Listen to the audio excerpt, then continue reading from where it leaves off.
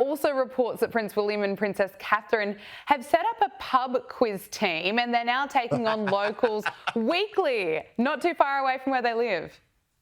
Well, that's absolutely right. Well, one of the confessions that Prince William had is that he's not very good at history. So even though That he was giving surprises a me. guided tour of Windsor Castle, he was sort of turning around and saying, well, I didn't really know very much. That's But he hilarious. is pretty good at football. So he knows his beloved team, Aston Villa. He knows quite a lot about them. But what he does, he takes his two elder children to the pub. Apparently, they have Team Wales who compete in the pub quiz on a regular basis. And that's what they do, that sort of very relatable side. And indeed, you had him having a pint. I told you I went and did the research for you last time.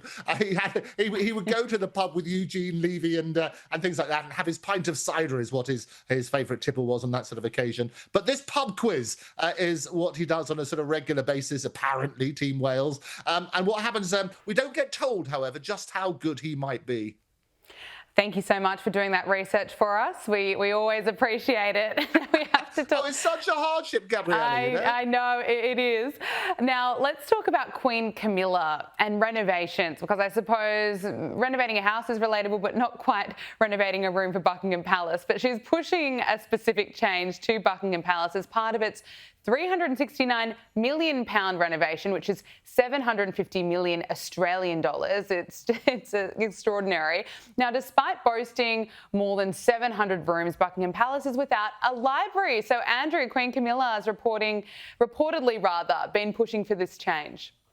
Oh, absolutely. They've got 775 rooms in Buckingham Palace. Can you believe it? I have visited it myself, not necessarily all the rooms, but work on that sort of basis. But the one room they don't have is a library, and they've been renovating since 2017. It costs that eye-watering figure, and we all know, anybody who's having housework done, they know it always takes time. It always takes a lot longer than anticipated.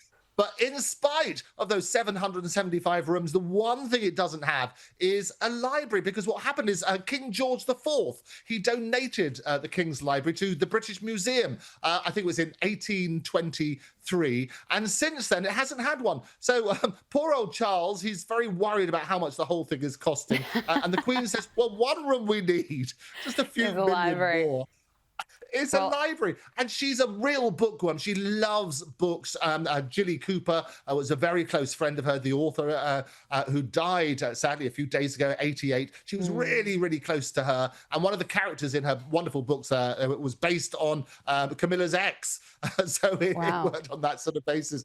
But she loves her books, and that would be one room that she wants to have in Buckingham Palace. Well, I'm backing Queen Camilla on that one. I think that is absolutely fair enough.